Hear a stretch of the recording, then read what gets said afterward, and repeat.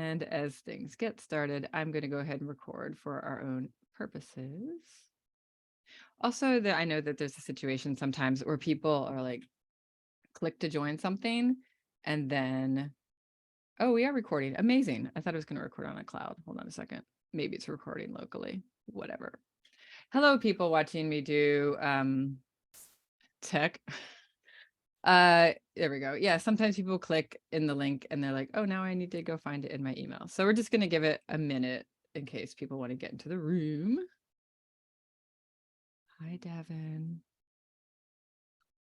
Wait, where do you see people coming in? I'm like, Oh, how do I use this? I'm the host. To open the Oh. participants. I don't know if you can see them. Oh, I don't. Hi, people. Hi, Victoria.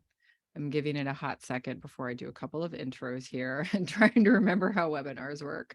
I feel like in the beginning of pandemic times, I got really good at it really quickly and I knew everything about it. And then I stopped for a while. I'm like, what are Zoom webinars even? I never got good at it. I was doing No. Grace. I don't know if you know the writer Grace Perry, but she had a book launch, The 2000s Made Me Gay, which is a great book. And she asked me to do one of her like Zoom book events with Book Soup, I think it was. Or no, it was Green Apple in San Francisco. And I sent the Zoom hosting. I sent it to my group chat. I was like, hey guys, I'm doing this, thing tonight. If you want to watch me. And my two like makeup artist friends showed up as hosts, like full face beat. Like my friend Tara has like applause makeup, like the Gaga makeup on, and she was like in the Zoom as a host. That sounds amazing. That sounds excellent. Yeah, Green Apple hasn't asked me to do an event since. Well, you're welcome here Zoom, anytime. Yeah, that's the Zoom bomb everyone needed. Remember those days, Zoom bombers? Yes. So Yes. welcome. I think we'll go ahead and get started because I know that there is going to be so much fun stuff to listen to the two of you talk about, whatever you want to talk about. We're going to be talking here about writing and community and whatever comes up, because this is the resort and the resort is all about writing and community. My name's Catherine LaSota. I'm the host of the resort, and I'm just going to introduce our two wonderful participants in today's happy half-hour event and let you know that both of these wonderful people are involved with our summer group program that we're doing here at the resort. It's all summer long. You get group coaching every week, new workshops every week, and amazing guests like the two folks you're about to hear from to do Ask Me Anythings every week all summer long. So I hope that you'll check that out. I'll drop it in the chat just for funsies so you can check that out. But without any further ado, I do want to introduce our guests. We have two amazing folks here today. First of all, we have Greg Mania. Greg Mania is a writer, comedian, and award-winning screenwriter based in New York City. His words have been published in the New York Times, the New Yorker, Vanity Fair, HuffPost, Oprah Daily, Paper, among other international online and print platforms. His debut memoir, Born to be Public, is out now from Clash Books, and it's amazing. And we have Denne Michele Norris, who is the editor-in-chief of Electric Literature, winner of the 2022 Whiting Literary Magazine Prize, and lots of other fun things happening at Electric Lit recently with highlighting some stuff that's been published there. Maybe you'll talk about that. She's the first Black openly trans woman to helm a major literary publication. Yes. A 2021 Out 100 honoree. Her writing has been supported by MacDowell, Tin House, and the Cambilio Center for African American Fiction, and appears in McSweeney's American Short Fiction and Zora. She's the co-host of the critically acclaimed podcast Food for Thought, and her debut novel, When the Harvest Comes, is forthcoming from Random House. Super excited for that. Super excited to hear from both of you. And the first thing I'm going to do before I peace out and just listen to you talk for a half hour is let everybody know what I'm drinking, because this is happy half hour at the resort. And I'm slowing down after a Memorial Day weekend and I don't have alcohol at the moment, but I'm trying this thing that I picked up at Target on the way to getting paper towels for my children's school. I know. You're excited. New beverage alert. New beverage. Has anyone heard of Olipop? Yes. You have. Okay. It says it has probiotics in it. And I don't know if the root beer flavor is any good. Maybe you can tell me, but I'm going to crack it open. Here's some ASMR for you, maybe. I don't know.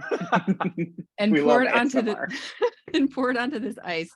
And I will let you know at the end how it was for me. If it's gross, I also have water, so I'm Okay. prepared. I'm gonna Looking forward pass. to the review. Yes, I'm gonna go into the background and listen to y'all chat. And Greg, I'm gonna pass the mic to you first. Please say hello and let us know what you're drinking. Sure. Hi, everyone. Thank you, Catherine, for having us. It really is a pleasure. I also am not in possession of alcohol. However, I am drinking a seltzer with a few drops of, let's go with an herbal supplement. Den, hi. You could just friend. say it. It's not illegal Oh, right. anymore All right, I forgot that this is an adult show. Yeah, there's a in few New drops York. of, yeah, I have a few drops of like there's like, it's like a THC like dropper thing. Like, it's like citrus flavor. You just put a few drops into like a beverage and just like makes it lemony and better. Okay, I think you should then- bring me that the next I time we see each will. other. Oh my god, I next don't- time we do happy hour IRL, I'll bring it with me. Yes, happy hour IRL, which is a thing we do often. Hi, everyone. So great to be here. Thank you for indulging our chaos. I apparently am the only one who is actually imbibing. I'm having a glass of rosé. It's been a busy and productive day. It's 4:30. It is happy hour. Any excuse to have rosé at happy hour in my home is an excuse I'm going to take, and I feel like that's what. Also, I went easy over the weekend. Like I went hard on Friday and Saturday. Yesterday I went easy, which is why I can have a drink today. I love that. And you are glowing, you are in yellow, and it's giving everyone what they need on this beautiful day. And I'm so happy I get to see you and join you. Cheers to a long, productive day. I do want to cheers specifically because Catherine mentioned this earlier, that there's a lot of amazing stuff happening over at Electric Lit. If you want to share, I believe that you have 3 short stories being placed in a little rag. If you want to give insight into that. A little rag called The Best American Short Stories. No, yeah, there's a lot happening over there. It's been a really whirlwind few months. So yeah, we just learned a few weeks ago that we have 3 stories that we published in the last year that are going to be published in the Best American Short Stories anthology. And it's our first time actually, like, we've had stories that were recognized in the back of the journal, which is also amazing. I forget if they, like, notable stories, I think they call them, or honorable mentions or whatever. And that's also amazing because they get thousands of stories every year. Yeah. This is the first time where, as a publication, we've had any story published in the Best American Short Stories. And we're also, I think, the first digital journal to publish so many. It's like every year there's like, 5 from the New Yorker and a few other places. But for us to have 3 in one issue is amazing, and no other digital publication has ever done that. So we're pretty excited about that. That's amazing. We stay trying to break new ground at EL, so that's happening. That's really amazing. We are in the midst of publishing our Both And series, which is a narrative nonfiction essay series centering the voices of trans and gender nonconforming writers of color. So we did a big fundraising campaign a year ago to raise $20,000 for that series, and we were publishing 15 essays. So we're just entering the last third of those, and they'll publish through Pride Month. Amazing. And we may have some other things happening with that project down the line that I'm not at liberty to talk about yet, but a little eyebrow raise, listen, this may not be the end. Things are coming. So there's that, and we're opening up submissions for general creative nonfiction for the first time ever. If you know an EL essay in the past, it's always needed to be in conversation with some sort of cultural property, a TV show, a book, whatever. And we're taking just narrative creative nonfiction, and we're opening submissions on June 1st for up to 500 submissions, or 2 weeks, whatever we hit first. There's been a lot of excitement, so it may only be a couple of days.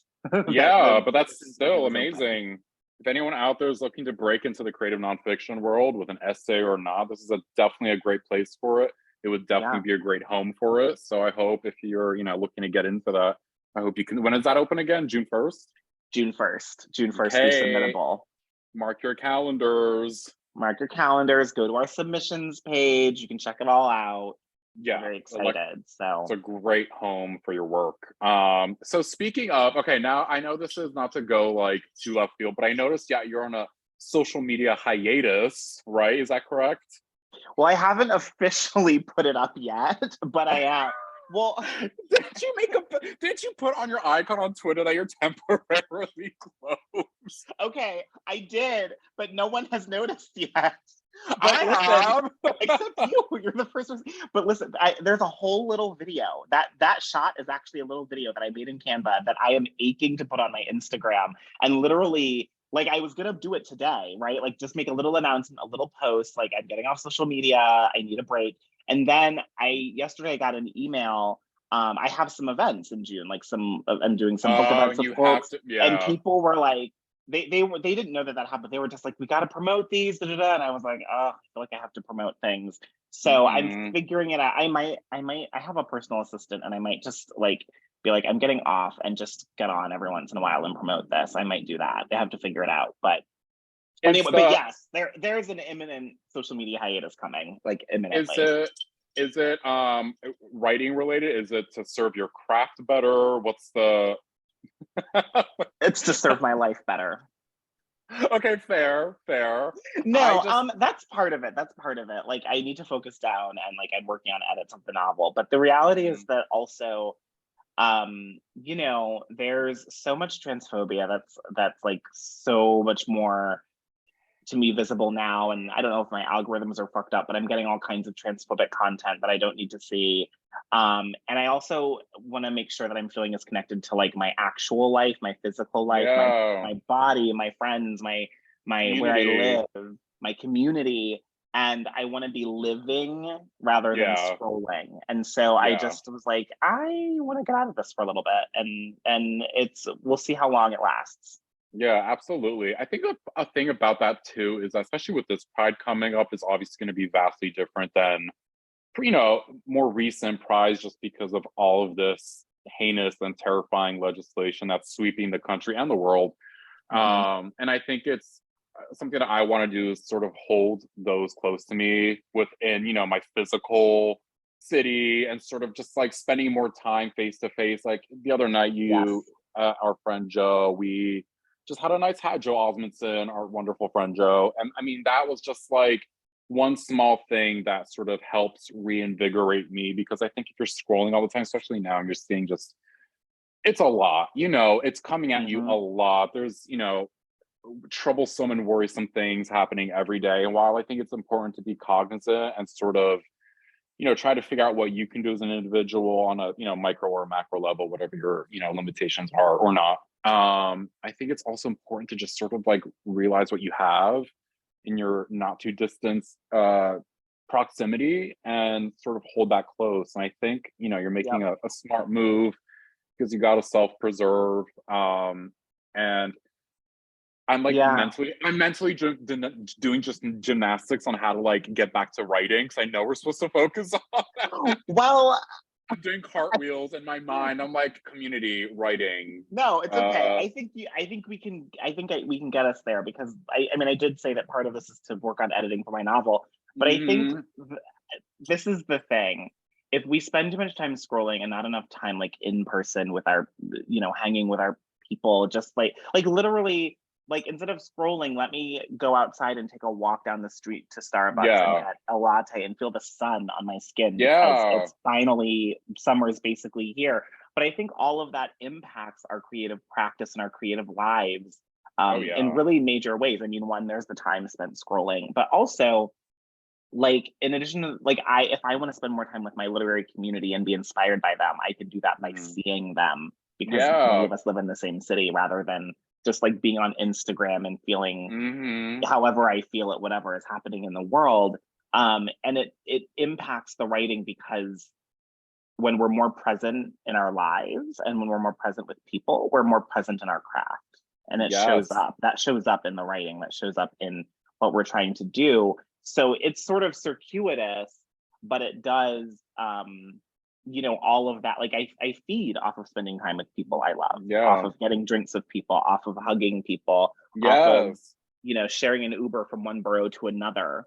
Cuddling in a corner at Franklin Park, shouting "Daddy" at Alejandro Varela in the corner it sates me. You know, you're completely right, because I find that if I spend days on end writing at home, I'm like, why can't I write a sentence that I like? Because I've just been doing that whole circuitous thing where I'm just like waking up every day, starting to write, scroll, write.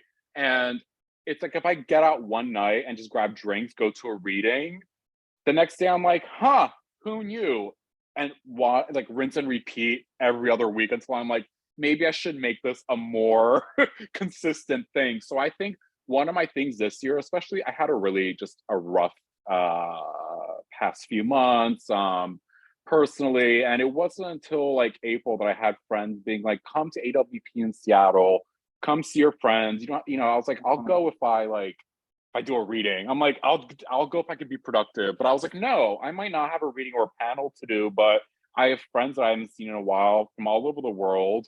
And I was like, this like feeling of togetherness and community and hugging people and just talking about writing and books. I came home and I was like, okay, like you have to keep this momentum going at least once a week. Go do something, go have a drink, even if it's going to like sit on a friend's couch.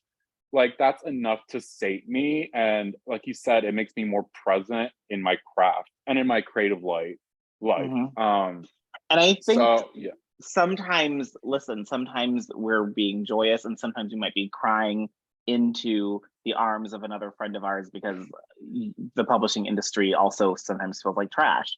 It's all of these things, but all of these things feed us and they keep us going and they serve us in, I think, really important ways. And yeah, like AWP is all about community for me. Like I don't care. And I mean, now like Electric Lit pays for me to go, so I don't have to pay for myself. So that's right.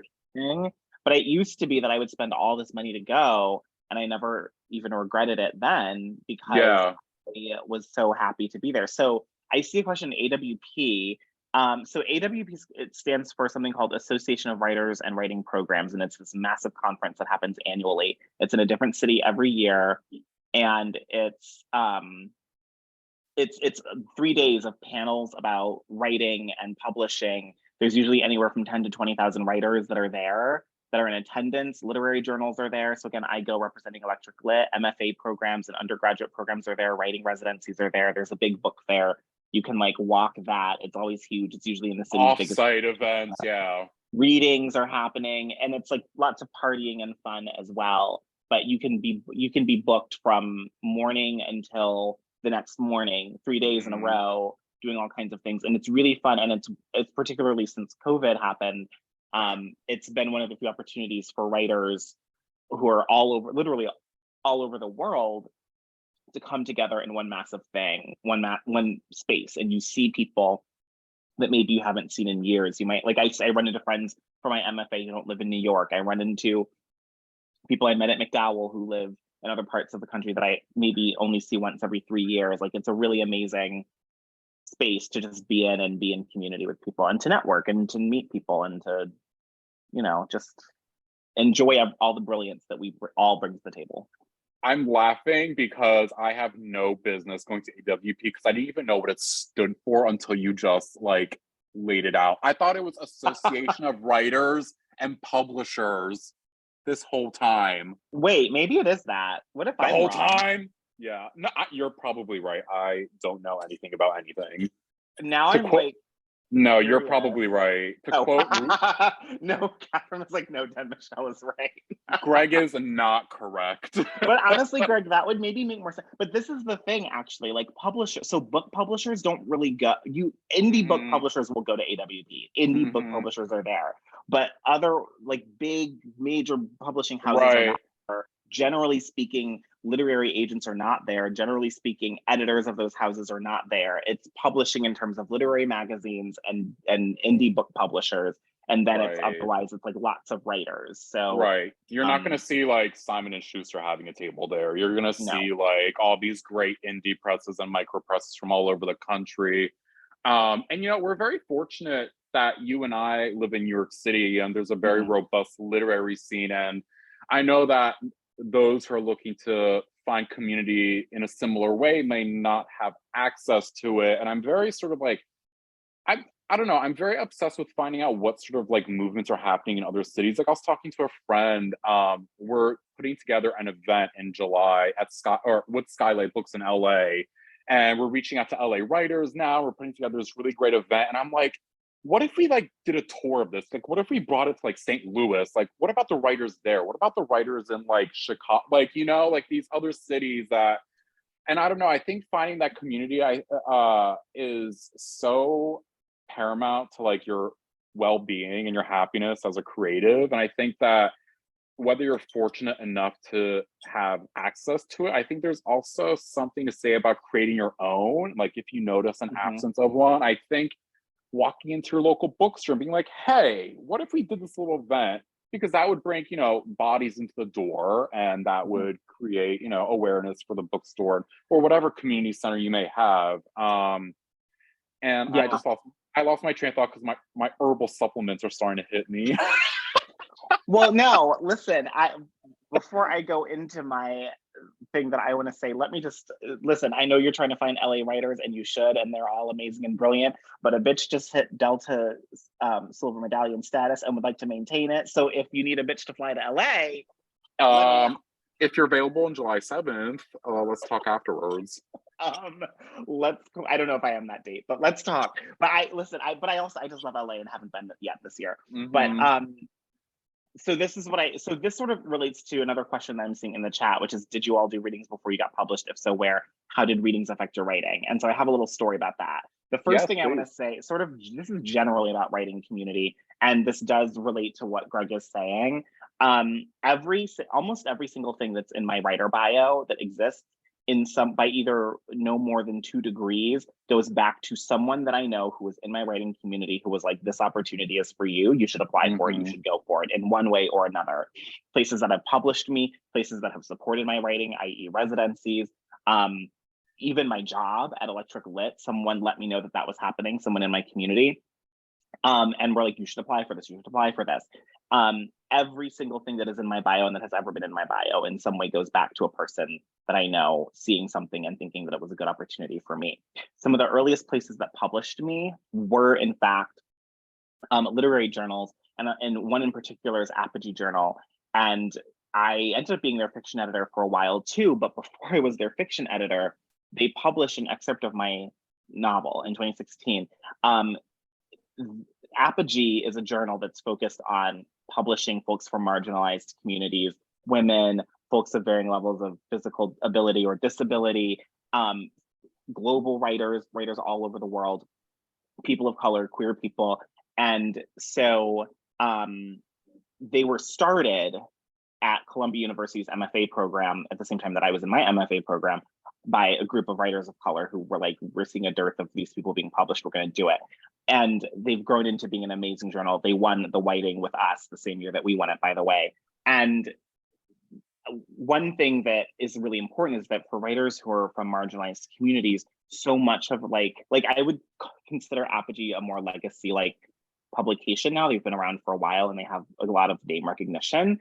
But again, that was a space that we created for us. And that is what happens so often in the writing world, and what has to happen to keep diverse people writing, publishing, and being visible. And so I wanted to just put that out there, because there's a lot of times where our community, whatever that may be, we have to create the opportunities for ourselves. And that's what journals are. But I also wanted to say that in terms of reading, so that piece that Apogee published that was an excerpt of my novel, it got me into all these places. And then 2 years later, just being in New York, I met a writer named Jennifer Baker, who we all love. And Jen was editing an anthology called Everyday People, The Color of Life that was being published on a Simon & Schuster imprint called Atria. And it was all writers of color. And right before that book was about to go to print, she said, you know what? I have a couple extra spaces in the book. I want to publish you. Send me a piece. I sent her 3 pieces because I wanted to be sure that I got published and I wanted to give her choices. And she ended up choosing that piece that had been published in Apogee. And then they had a launch reading in Harlem. And I went and I read for the launch reading. The other people that read were Jason Reynolds and Alexander Chi. Well, who was at that reading? but a friend of mine, a person who's become a friend of mine, who at that time was an editor at FSG, and he told another editor at FSG about me and my writing and said, you might want to look up this person. They're a great writer, and I think you might be a good editor for them. I think maybe they're working on a book. That editor reached out to me. We became friends. That interest from that editor yielded interest from other editors, yielded me my book agent. This was years ago, but I say this to say that readings can have all kinds of impact, impacts on your career, because you never know who's in the audience. Yeah. You never know who's in the audience. You never know what kind of impact your work is going to have on them. Participating in that reading was a crucial thing for me to do in all these ways. And years later, that editor ended up being one of the editors who tried to buy my book. He didn't end up being the one that I went with, but he loved my book and wanted to buy it. And it was years later, but it still happened. Yeah, you and I hit it off at the Franklin Park Reading Series about 2 years ago. That's when we first met IRL. And and we both knew each other, but we didn't know each other. We'd never actually talked or met. Exactly. It's like a lot of people online, like you recognize their faces or their usernames or what have you, but it really is at these like in-person gatherings that you get to sort of form these friendships and just to sort of corroborate what you're saying. I mean, like you find really great not just personal opportunities but professional as well. And like you, I've had many readings and each one is different, and I've met tons of different people that have yielded tons of different opportunities. So I think just like you don't even have to be reading, just going and seeing what people are reading and thinking about and talking about, and just sort of getting to know that community is already such a huge way to set up your foundation as a creative, as someone who wants to have a robust creative life. I think either finding a way to explore it in your own city, wherever that may be, or creating your own is so pivotal to your life as a professional writer. So readings are very much invaluable beyond just reading and trying material out or all of that. You are taking a multiple pronged approach to caring for your craft and yourself at the end of the day. Yes, exactly. And one of the things that I feel like I've learned from doing that, Greg, I've learned it with you, but with so many of the people that are in our, like, honestly, at this point, I would say shared community, because we have so many of the same friends, is people really do look out for each other, and they really do want to see their peers, their friends, their compatriots succeed. Lift as you climb, in my experience, is not some lofty thing that like no one does. The vast majority of people that I have met through my experience in the writing world, which I would say I've been in the writing world since 2010 when I started graduate school, started my MFA. The majority of people want to do that, and they want to work in that way. So, the community aspect is important, but it's also fun and joy giving, and it provides you with comfort when you need that as well. It's just like, it's like with anything else, you need compatriots, you need people by your side. Yeah, absolutely. I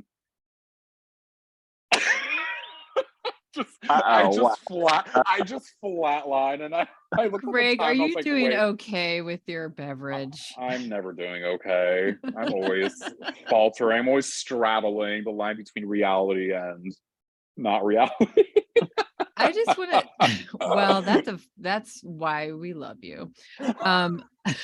You're stunning and perfect. Wait, how's the root beer? Okay, so don't let the fact that there's this much still in here fool you. I've poured it all in and have been topping off, and it's okay. It's a little bit like, if you like root beer and you want a good root beer, but you accidentally picked up the diet one. Okay, that makes sense. I mean, it's not as bad as that, but it's not, Right. What's a really good root beer? What's a really good root beer? Stewart's? Do you know Stewart's? Yeah. Okay. Yeah. It's no Stewart's. I hate tasting the diet. That's the thing. Yeah. Like I hate tasting the diet. The diet needs to be like a tea and gourmet, just silent. I don't want to feel it. Or you know what? Live my life and be happy and just don't drink the diet. Or just don't get the diet. I never We get the live diet. once. I'm just, it's happened by accident. And I was like, oh, and what do I do now? I'm just hoping that it truly does support my digestive health through whatever thing I'm tasting right now. It's carbonated. It'll be fine. It'll be fine. It'll be fine. This has been amazing. Both of you are amazing. I love that we had some questions coming in because that led to stories I did not know about that were so helpful to hear. And this truth that meeting people in person and just showing up and doing things is so key. Mhm. And also I feel like there's this opportunity where we kind of get to know each other a little bit online, and it becomes this entry point when you do meet in person Yeah. to start the conversation, as long as you don't get trapped in the online space and you forget that you're a three-dimensional person who has Mhm. smells and auras about you. I think it's helpful. And on that note, I'm going to remind people that both of you are involved in our program, which is online, but it's super fun all summer long. I'm putting the link in the chat again. It's called Summer of Support.